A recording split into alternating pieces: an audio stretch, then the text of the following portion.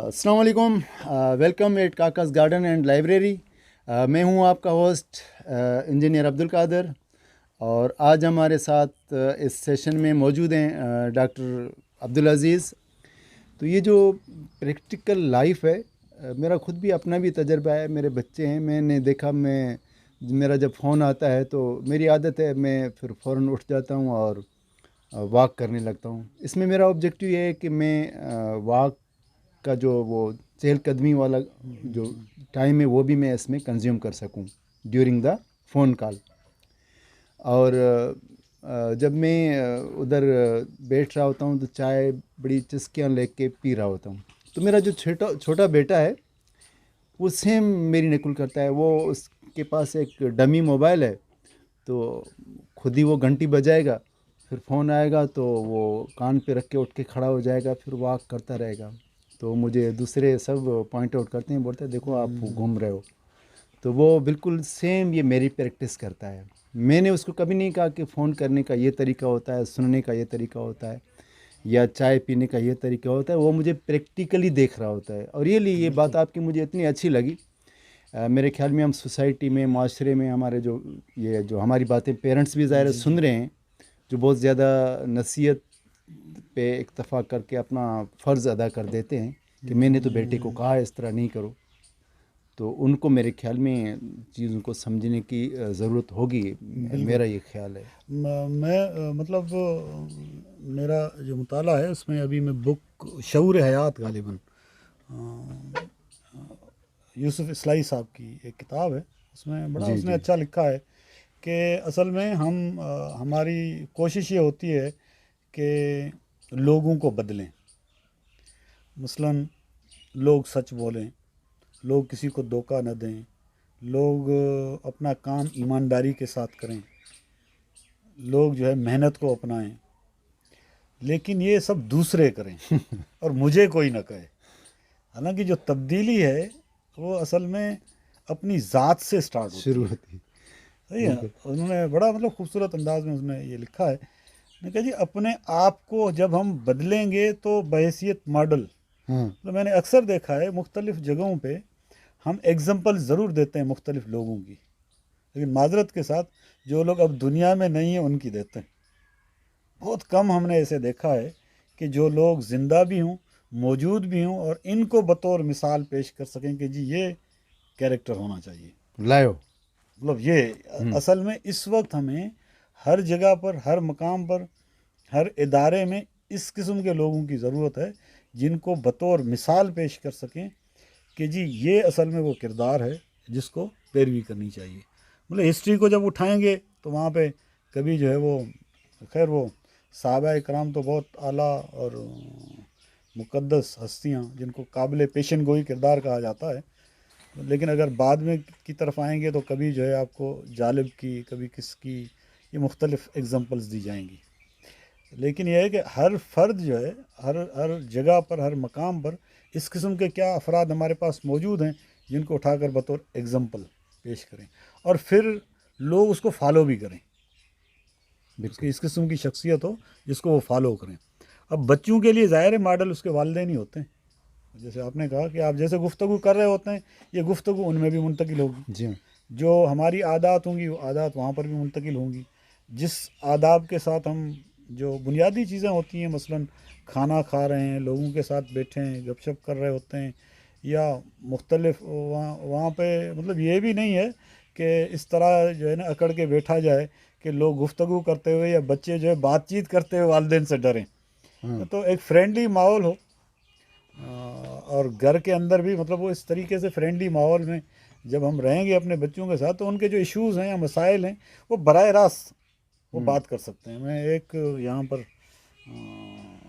دوں گا. ایک بچہ ہے میرا ابھی تو بڑی کلاس میں، دانیال. تو ایک چھٹی کا دن تھا، بیٹھے ہوئے تھے ہم، تو ان کی والدہ نے شاید اس کو کسی کام کے لیے کہا کہ جاؤ بیٹا یہ فلاں چیز وہاں سے لے کے آؤ. انہوں نے کہا جی میں تو مصروف ہوں، کسی اور کو بھیج دو. تو مطلب کچن سے آواز آئی کہ جی آج آپ کے ابو بیٹھے ہوئے ہیں، اگر نہیں گئے تو میں اس کو کہوں گی کہ آپ کی پٹائی کریں گے.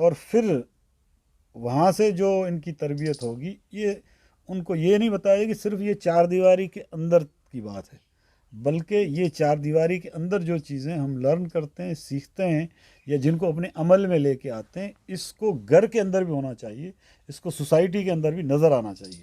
لیکن اگر اسکول کے اندر ہم انسٹرکشنز کو فالو کرتے ہیں، وہاں ایک ڈسپلن ہے، اور کھانے پینے کی اشیاء کے بعد جو ان کے کاغذ یا جو اس کچرا دان کے اندر ڈالتے ہیں، جو سکول کے اندر وہ ایکٹیویٹی ہو رہی ہے، جو اس انسٹیٹیوشن کے اندر ایکٹیویٹی ہو رہی ہے، کیا یہ اپلائی ہوتی ہے وہاں پر گھر پہ؟ یا یہاں پر جس طریقے سے ڈسپلن کے ساتھ کام ہو رہے ہیں، کیا اس کو ہم گھر کے اندر بھی فالو کرتے ہیں، اپنی کمیونٹی کے اندر بھی فالو کرتے ہیں؟ اور میرے خیال میں یہاں پر ہمیں ایک کمی کا سامنا یہ بھی کرنا پڑتا ہے کہ شاید ہم یہ بتانے میں کامیاب نہیں رہے کہ ان کا تعلق میں بھی چار دیواری کے ساتھ ہے۔ صحیح ہے، اگر تھوڑا سا ایکسپلین کر کے کہہ دیا جائے کہ جی یہ وہ زندگی ہے جس کو ہم نے یہاں کے ساتھ ساتھ گھر میں بھی اور اپنی سوسائٹی کے اندر بھی اپلائی کرنا ہے۔ مثلاً جیسے سکول کے اندر اگر بچے آ رہے ہیں یا تعلیمی اداروں کے اندر آ رہے ہیں گھر سے نکل کے، جی یعنی سلام، آپ نے بڑا میرا ٹھیک ہے، مسئلہ یہ ہوتا ہے نا کہ جس طریقے سے مطلب ہم سلام کرتے ہیں، ہاتھ ملاتے ہیں، یہ اصل میں ہے کیا؟ تو یہ اصل میں ایک انسان کے دوسرے انسان کے ساتھ محبت کا علامتی اظہار ہے۔ گریٹ، یعنی آپ کھڑے ہو جاتے ہیں، کسی کے ساتھ معانقہ کرتے ہیں، ہاتھ ملاتے ہیں، صحیح ہے؟ جی تو یہ اصل میں ایک انسان کا، میں لفظ انسان یہاں پہ استعمال کروں گا، انسان کا دوسرے انسان کے ساتھ، صحیح ہے، محبت کا علامتی اظہار ہے۔ تو اس سے مطلب نفرتیں کم ہوتی ہیں، صحیح ہے، محبتیں بڑھتی ہیں، لوگوں کے ساتھ انٹریکشن ہوتا ہے، بہت ساری غلط فہمیاں ختم ہو جاتی ہیں۔ صحیح ہے، جب غلط فہمیاں ختم ہو جائیں، گفتگو ہو، ہم نے اکثر دیکھا ہے بہت سارے معاملات میں جب تک آپ گفتگو نہیں کرتے تو بہت ساری غلط فہمیاں ہو جاتی ہیں۔ جب انٹریکشن ہوتا ہے، جب آپ بات چیت کر رہے ہوتے ہیں، گفتگو کر رہے ہوتے ہیں، تو ہم سوچ رہے ہوتے ہیں کہ یار ہمارے جو ذہن میں بات تھی وہ تو یہاں پہ ہے ہی نہیں۔ تو اس کو مطلب بطور عادت جو ہے وہ صرف ادارے تک نہیں ہونا چاہیے، اس کو گھر میں بھی ہونا چاہیے۔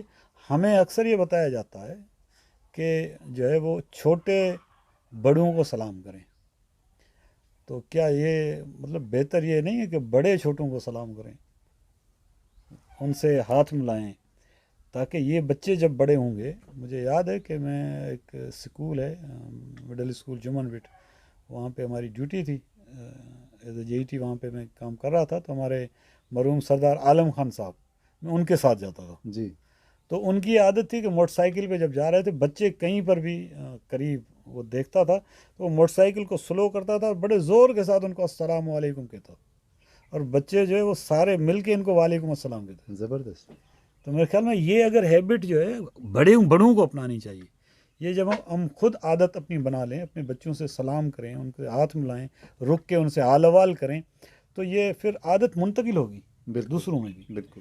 تو یہ پھر ایک چراغ سے پھر دوسرا، پھر تیسرا، اس طریقے سے یہ چیزیں۔ ڈاکٹر صاحب بہت شکریہ آج آپ کی اس موجودگی کا، ہمیں ریئلی آپ کی باتیں اور تمام ہماری کمیونٹی کے لیے، ہمارے یوتھ کے لیے، ہمارے ٹیچرز کے لیے، ہمارے ینگ جو پڑھ رہے ہیں بچے اور خاص کر پیرنٹس، ان سب کے لیے ایک مفید باتیں ہوئی آپ سے۔ تو خواتین حضرات، آپ سب کا بہت شکریہ، آپ ہمارے ساتھ اس سیشن میں جڑے رہے۔ یقیناً ہمیں آپ کا فیڈ بیک بھی ملے گا کہ یہ سلسلہ ہمارا کیسا ہے۔ یہ ہماری دوسری ایپیسوڈ ہے، تو آپ ہمارے اس چینل کو سبسکرائب بھی کیجئے گا، اور آپ کا فیڈ بیک بھی ہمیں چاہیے تاکہ ہم اپنی پرفارمنس کو بہتر بنا سکیں۔ ڈاکٹر صاحب بہت تھینک شکریہ۔ یو سر، اللہ آپ کو خوش رکھے، انشاءاللہ زندگی رہے، ملاقات رہے گی، اور آپ کے ساتھ بیٹھ کے گفتگو کر رہا ہوں، بہت اچھا لگا، بکھری ہوئی باتیں تھیں، انشاءاللہ کوشش کریں گے کہ آپ کے ساتھ پھر ملاقات رہے۔ بہت شکریہ۔ Thank you sir, thank you.